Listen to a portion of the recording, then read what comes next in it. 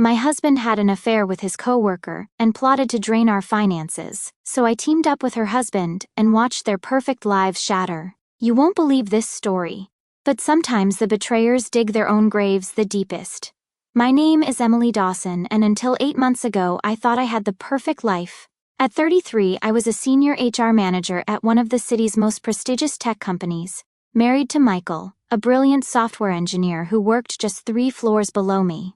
7 years of marriage, a beautiful downtown apartment with hardwood floors and floor-to-ceiling windows, and what I believed was an unshakable foundation of trust and love that had weathered every storm life threw at us. I should have known something was fundamentally wrong when Michael started working late every single night. Not the usual kind of late where he'd text me updates about stubborn code, or complain about debugging sessions over dinner while gesturing wildly with his fork.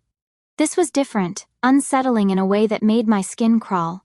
He'd come home with this distant, almost dreamy look in his eyes, like his mind was somewhere else entirely, living in a world I wasn't part of. When I'd ask about his day, trying to maintain our usual rhythm of sharing work stories and office gossip, he'd give me these frustratingly vague answers about special projects and complex integrations that somehow never seemed to have actual names, deadlines, or any of the technical details he usually loved to share. The first red flag that should have sent me running was his phone. Michael had always been the type to leave his device lying around carelessly, never bothering with complex passwords or privacy screens because he claimed he had nothing to hide. He'd hand it to me to check directions while driving, ask me to respond to texts when his hands were full, and we'd often share funny videos or memes throughout the day. Suddenly, he was guarding that thing like it contained state secrets or nuclear launch codes. He'd flip it face down during dinner, take it with him to the bathroom, and I caught him more than once typing furiously to someone labeled simply as C in his contacts, his fingers moving with an urgency I'd never seen before. Then there was Chloe Mitchell, and everything started to make terrible sense. I'd known Chloe for about 2 years since she joined our internal communications team, 29, blonde with that perfectly tousled look that probably took an hour to achieve, and possessed of that particular brand of magnetic charm that made men forget they were married, had responsibilities, or possessed any sense whatsoever. She had a well-established reputation for being extremely friendly with her male colleagues, but I'd never paid it much attention because office gossip often exaggerated these things. After all, Michael had always seemed completely immune to that sort of obvious manipulation, rolling his eyes when other guys would talk about her, or making jokes about men who couldn't see past a pretty face. But suddenly, inexplicably, Chloe was everywhere in our lives. She'd find increasingly creative excuses to visit our floor, always seeming to need something urgent from Michael's department that couldn't possibly wait for email or be handled by anyone else. She'd laugh a little too loudly at his jokes during company meetings, throwing her head back in a way that made her hair catch the light, and touch his arm when she talked to him with a familiarity that made my stomach clench. I started noticing how Michael's entire demeanor would change when she entered a room, how his eyes would light up and his posture would straighten like he was suddenly performing for an audience of one. The pieces were all there, scattered like breadcrumbs leading to an inevitable truth I wasn't ready to face, couldn't bear to acknowledge because it would mean everything I'd built my life on was a lie. I told myself I was being paranoid, jealous, insecure in ways that weren't worthy of our relationship. 7 years of marriage had earned us more trust than this, hadn't it? But late at night, lying next to a husband who felt like a stranger wearing Michael's face, who smelled like unfamiliar perfume and pulled away when I tried to touch him, I knew with growing certainty that something was very, very wrong. I started paying attention in ways I never had before, becoming a detective in my own life in ways that felt both necessary and humiliating. I noticed that Michael's late nights coincided perfectly with Chloe's sudden need for client dinner meetings that she'd mention casually in the break room, always with just enough detail to sound legitimate but never quite enough to verify. I saw how they'd both disappear from company events within minutes of each other, always with perfectly reasonable explanations about early morning meetings, family commitments, or sudden headaches that required immediate attention. The breaking point came during our annual company retreat in the mountains, a weekend that was supposed to be about team building and strategic planning but felt more like watching a slow-motion car crash. I watched Michael and Chloe perform an elaborate dance of avoidance and stolen glances that made my stomach turn and my hands shake with suppressed rage. They were so careful not to be seen together, so obviously trying to maintain distance, that their very avoidance screamed of intimacy and shared secrets. When Michael claimed he needed to take an urgent conference call from a client and disappeared for 2 hours, only to return looking disheveled with grass stains on his shirt and leaves in his hair, I knew I couldn't ignore it anymore. That night, lying in the narrow retreat center bed while Michael showered off whatever evidence he thought he was carrying, I made a decision that would change everything. Instead of confronting him directly, instead of having the tearful accusatory argument that would inevitably end with denials, gaslighting, and me being made to feel crazy for noticing obvious signs, I decided to become a detective in my own marriage. I started small, methodically, like any good investigation. I checked the browser history on our shared laptop and found deleted searches for romantic restaurants across town, none of which I'd ever been to, all deleted within hours of being searched. I noticed charges on our credit card for flowers that never made it home, for hotel rooms during lunch hours when he was supposed to be debugging code, for expensive dinners for two at intimate bistros while I was working late at the office eating takeout from my desk. But the real breakthrough, the moment when suspicion became crushing certainty, came when I decided to follow them. It felt surreal and humiliating. Sitting in my car outside a boutique hotel downtown like some kind of private investigator in a bad movie, watching my husband of 7 years walk hand in hand with another woman into the lobby like they owned the world and everyone in it. They looked so comfortable together, so natural and unguarded, that it hit me like a physical blow to the chest. This wasn't a recent development or a moment of weakness that I could maybe forgive and move past. This was a full-blown relationship, complete with inside jokes, casual intimacy, and the kind of easy synchronization that spoke of months, maybe years, of deception and practiced lies. I sat there for 3 hours, crying and raging and planning in equal measure, watching other couples come and go while my marriage died in real time. But as the initial shock began to fade, something else took its place. Not just anger or hurt, though those were certainly there, but a cold, calculating fury that demanded justice, that refused to let this betrayal go unanswered. That's when I remembered Daniel Mitchell, and everything clicked into place. I'd met Chloe's husband exactly once, at a company barbecue 2 summers ago. He was quiet, soft-spoken, the kind of man who worked with his hands, and talked about his garden with genuine enthusiasm that made you want to hear more about tomato varieties and soil composition. He'd been openly proud of Chloe's career, supportive of her long hours and frequent travel, completely trusting in a way that now seemed tragically naive, but also spoke to a fundamental decency that his wife was systematically exploiting. I realized with growing clarity that Michael and Chloe weren't just betraying me.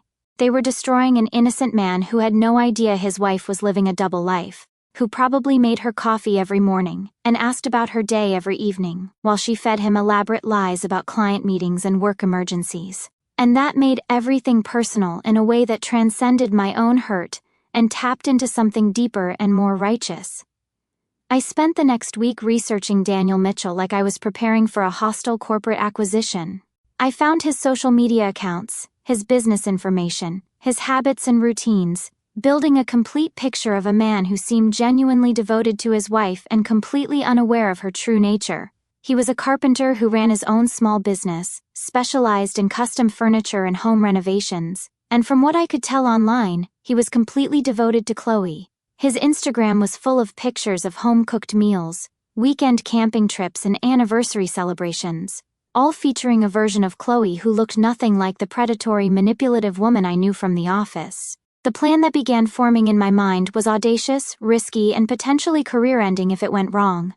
But it was also perfectly beautifully just in a way that appealed to my sense of cosmic balance. I drove to Daniel's workshop on a Tuesday afternoon, my heart pounding so hard I could hear it over the sound of his power tools and the smell of sawdust that reminded me of my grandfather's garage. When I introduced myself as a colleague of his wife's, his face lit up with the kind of genuine warmth that made me understand why Chloe's betrayal was so especially cruel. "Oh, you work with Chloe. She talks about you all the time," he said, which was the first lie, though he didn't know it. His hands were rough from years of working with wood, and his smile was completely open and trusting. "She loves that job so much, always working late, but I know how important it is to her career advancement." The innocence in his voice, the way he talked about supporting her ambitions, while she used his trust to cover her affair, made me want to both protect him and shake him awake to the reality of his situation. Instead, I took a deep breath and said the words that would change both our lives forever. Daniel, we need to talk. About Chloe. About my husband. About things you need to know that are going to be difficult to hear.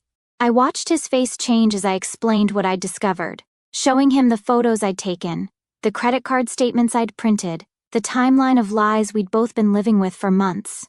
His hands shook as he looked at the evidence, and I saw the exact moment when his world cracked apart, when everything he thought he knew about his life revealed itself to be carefully constructed fiction. I knew something was wrong, he whispered, his voice barely audible over the hum of machinery in the background. She's been so distant lately, so secretive about work. She used to tell me everything, but lately, I thought it was just work stress, maybe pressure from her boss. We sat in his workshop for 3 hours, two wounded people sharing the terrible intimacy of mutual betrayal, surrounded by half-finished furniture projects that spoke to patience, craftsmanship, and the kind of steady reliability that Chloe was throwing away for cheap thrills. But somewhere in that conversation, grief transformed into something more powerful and purposeful. We weren't just victims anymore, weren't just people things were being done to. We were allies with a common cause and complementary skills. Daniel was methodical and patient in a way that perfectly complemented my strategic thinking and corporate investigation experience, while I handled the digital surveillance, tracking their movements through calendar data and credit card receipts. He took care of the physical evidence with the thoroughness of someone who understood that good work required attention to detail. I used my HR background to build a timeline of policy violations and ethical breaches. He followed them to their secret locations, documenting their comings and goings with the patience of someone who understood the value of careful, meticulous craftsmanship. What we discovered over the following weeks was worse than simple adultery, more damaging than mere physical betrayal. Michael and Chloe weren't just having an affair, they were planning an entire future together, complete with elaborate strategies for extracting themselves from their current lives with maximum benefit and minimum consequences for their own actions. We found evidence of apartment hunting in nearby cities, joint bank account applications, and most damning of all, a series of emails discussing in clinical detail how to handle their respective spouses to ensure the cleanest possible break with the least financial damage to themselves. The email that broke my heart and hardened my resolve in equal measure was one where Michael discussed liquidating our joint assets before I could get suspicious and lawyer up. His casual tone, the way he discussed destroying my financial security like it was a chess move in a game only he was playing, made me realize that the man I'd loved for 7 years had been gone for much longer than I'd realized. Chloe's response suggested timing their announcements to minimize damage control at work, treating our pain like a public relations problem to be managed. They weren't just leaving us, they were planning to destroy us systematically, financially, and emotionally in the process, leaving us with as little as possible, while they rode off into their romantic sunset built on lies and manipulation. That's when Daniel and I decided they deserved something special, something that would give them exactly the kind of public humiliation and professional consequences they'd been planning to inflict on us through their carefully orchestrated departures. The annual company holiday party was always held at the Grand Ballroom downtown, a massive, elegant event with employees, clients, industry partners, and local business leaders. It was the kind of high-profile gathering where reputations were made and broken, where being seen was almost as important as the actual business being conducted, where careers could be launched or destroyed based on a single evening's impression. Michael and Chloe would both be there, of course, probably planning to spend the evening playing their roles as dedicated employees and faithful spouses, stealing moments together when they thought no one was looking, congratulating themselves on their cleverness while their victims smiled and made small talk just feet away.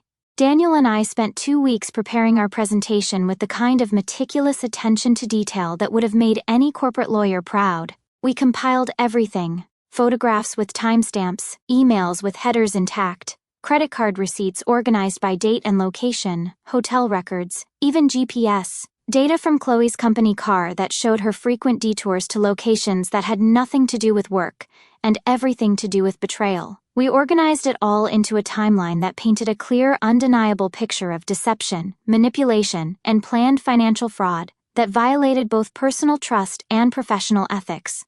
The night of the party I felt strangely calm, like a surgeon preparing for a complex operation, or a general planning a decisive battle. I wore my best dress, a deep blue silk number that made me feel powerful and untouchable. Did my makeup carefully to hide any trace of the sleepless nights and stress tears, and walked into that ballroom like I owned the place and everyone in it. Michael kissed my cheek and told me I looked beautiful, the same way he had 1,000 times before, his lips touching skin he was planning to abandon. Chloe complimented my earrings, and asked about my holiday plans, with the kind of casual friendliness that would have fooled anyone who didn't know she was planning to destroy my life for her own entertainment.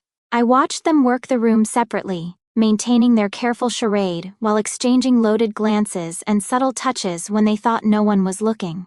They were so confident, so sure of their own cleverness and superiority, that they never noticed Daniel quietly setting up the presentation equipment. In the conference room adjacent to the main ballroom, his carpenter's hands steady as he connected cables and adjusted screen angles. At exactly 9:30, during the lull between dinner and dancing when everyone was relaxed and social and least prepared for what was coming, I walked to the microphone and asked for everyone's attention. "Thank you all for such a wonderful evening," I began, my voice steady and professional despite the adrenaline coursing through my system. "Before we continue with the festivities, I have a special presentation I'd like to share. It's about loyalty, trust, and the importance of transparency in both our personal and professional relationships." I saw Michael's face change first, a flicker of confusion that quickly shifted to alarm as Daniel wheeled in the projection screen and the reality of what was happening began to dawn on him. Chloe was slower to catch on, still smiling her practiced, camera-ready smile, even as murmurs began to ripple through the crowd, and people started putting down their drinks to pay attention. "Over the past 6 months," I continued, clicking to the first slide with hands that were surprisingly steady, "my colleague Daniel Mitchell and I have been conducting an investigation into activities that affect not only our personal lives, but also our professional integrity here at the company." The first image appeared on the screen, Michael and Chloe entering the boutique hotel, timestamp clearly visible, their body language speaking of intimate familiarity and shared secrets.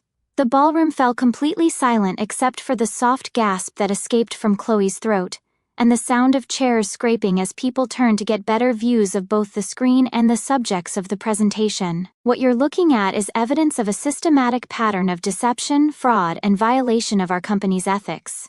Policies," I said, advancing to the next slide with the deliberate pace of someone who had rehearsed this moment until it was perfect.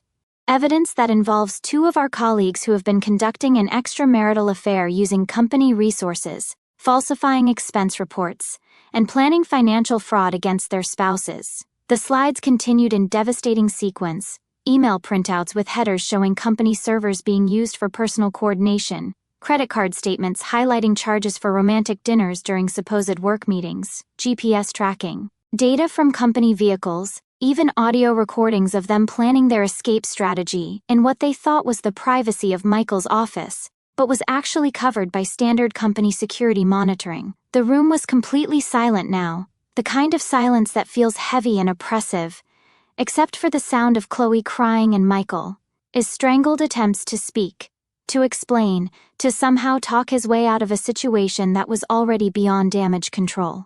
I could see our CEO's face in the crowd, his expression shifting from confusion to understanding, to the kind of cold anger that meant heads were going to roll and careers were going to end. "I want to be clear," I said, advancing to the final slide with the satisfaction of someone delivering a masterfully executed closing argument. "This presentation isn't about personal revenge or airing private grievances in public. It's about accountability, integrity, and the consequences of choices that affect not just the people directly involved, but the institution we all work for, and the standards we're supposed to uphold." The last image was a side-by-side comparison that drove the point home with brutal clarity. On one side, Michael and Chloe at their secret hotel, caught in their web of lies and betrayal. On the other, Daniel and me at our respective wedding ceremonies, trusting and hopeful and completely unaware of what the future held, representing everything they had chosen to destroy for their own selfish gratification. "Thank you for your attention," I concluded, setting down the microphone with hands that were surprisingly steady given the magnitude of what I'd just accomplished. I hope we can all learn something valuable from this experience about the importance of integrity in both our personal and professional lives. The aftermath was swift, merciless, and more satisfying than I had dared to hope. Michael and Chloe were escorted from the building that very night by security, their company badges and equipment confiscated, their access to systems immediately revoked.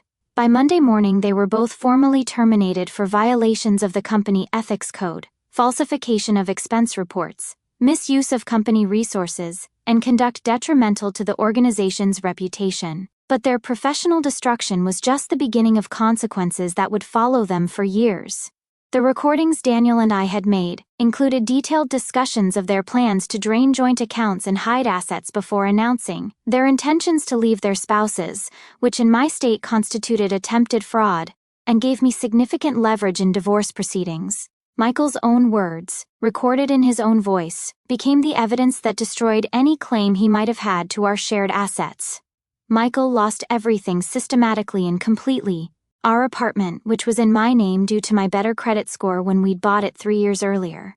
His savings, which were held jointly and immediately frozen pending investigation into the attempted fraud. His reputation in an industry where news travels at the speed of light and memories are long and unforgiving. Within a month, he was effectively blacklisted from every major tech company in the city.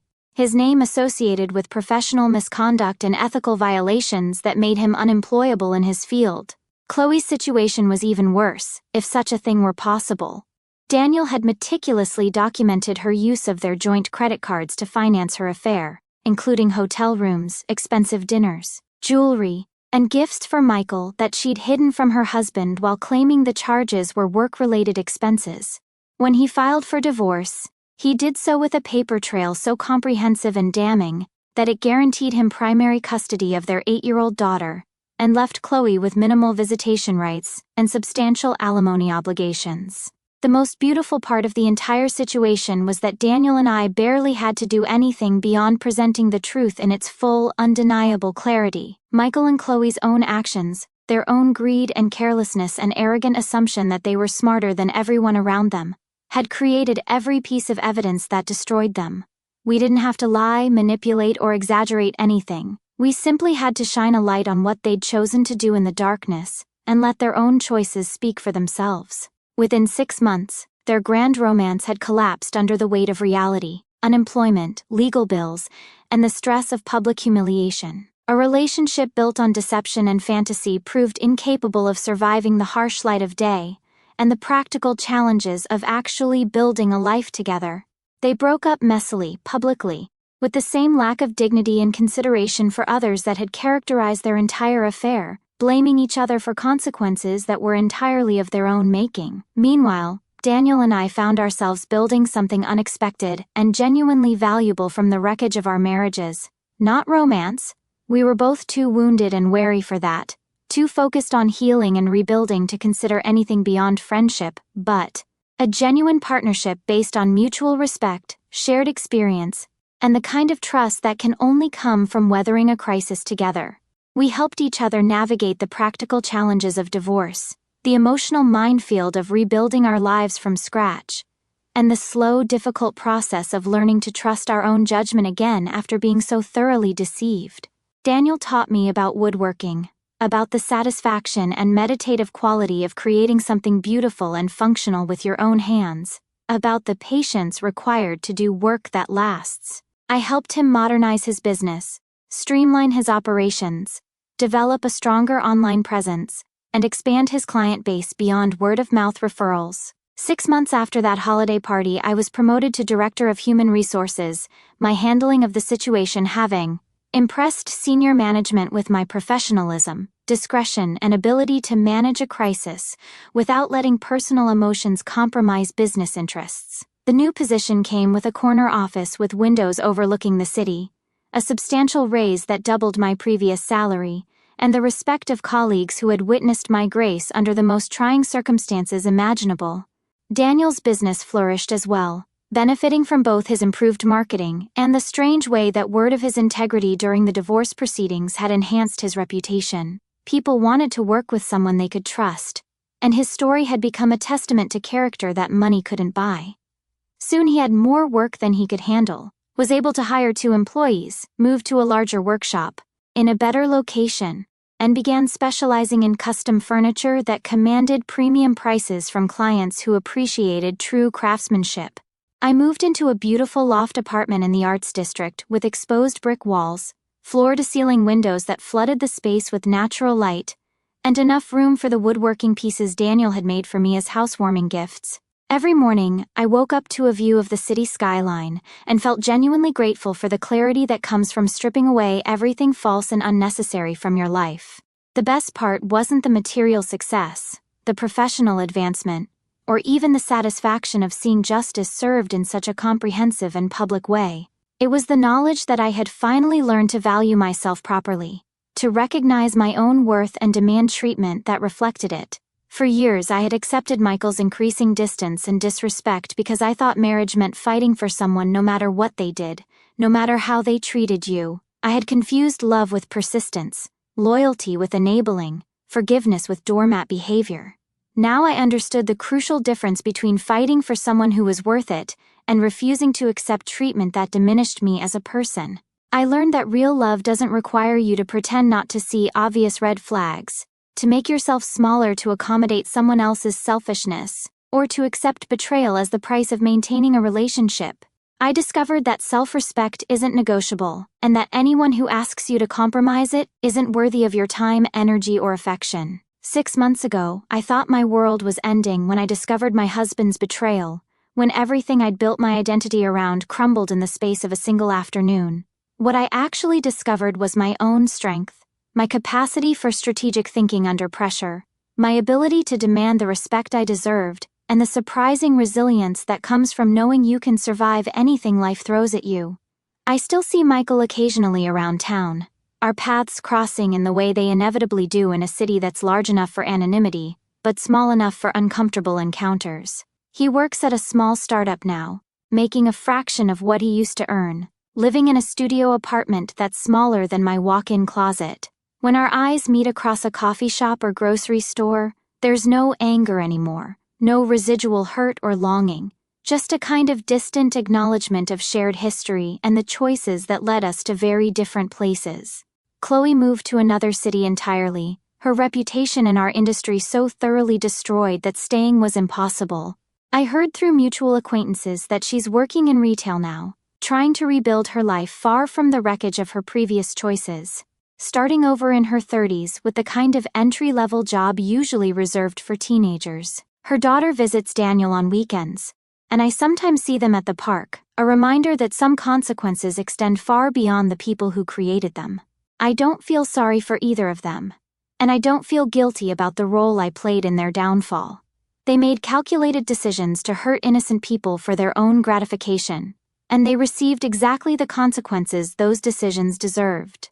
The fact that those consequences came from their own actions rather than from any revenge plot I devised makes the justice feel pure and complete, like a mathematical equation that finally balances. Daniel and I still meet for coffee every Sunday morning at a little place near his workshop, a tradition that started during the divorce proceedings and continued because we genuinely enjoy each other's company. We've become each other's success stories, proof that betrayal doesn't have to be the end of the story, that it can actually be the beginning of something better, something built on truth instead of lies, respect instead of manipulation, genuine care instead of selfish exploitation. Last week he brought me a jewelry box he'd made from reclaimed wood, with intricate dovetail joints that spoke to hours of patient work and a finish that glowed like honey in the morning light.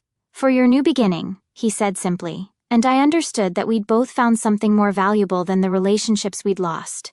We'd found ourselves, discovered who we really were when everything false was stripped away. I keep that jewelry box on my dresser now, next to the window where the morning light makes the wood grain dance like water.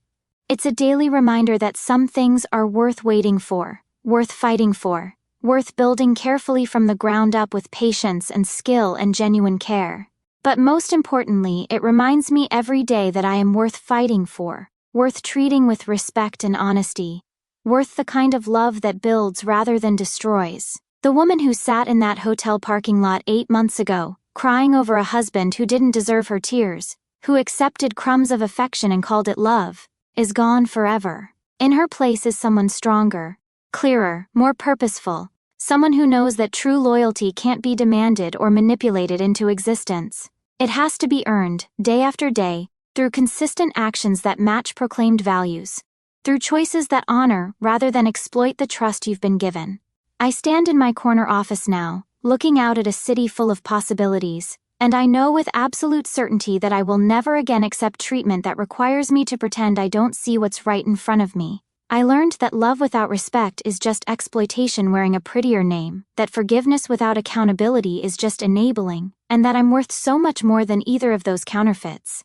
Sometimes the best revenge isn't revenge at all. Sometimes it's simply refusing to participate in your own diminishment and watching the people who tried to break you realize that they only broke themselves. Sometimes it's building something beautiful from the ruins they left behind, and discovering that you're stronger than you ever imagined possible. The last thing Michael said to me during our final divorce meeting was, "I never meant for it to happen this way," and I realized that was probably true. He never meant to get caught, never meant to face consequences, never meant to lose everything he'd taken for granted. But intention without integrity is worthless, and consequences don't care about what you meant to do. They only care about what you actually did, about the choices you made and the people you hurt along the way. As I packed up the last of his belongings from our apartment, carefully placing items in boxes that he would pick up from the lobby because I couldn't bear to see him again, I found myself smiling, not because his life was ruined, not because I took pleasure in his pain, but because mine was finally, truly, authentically beginning.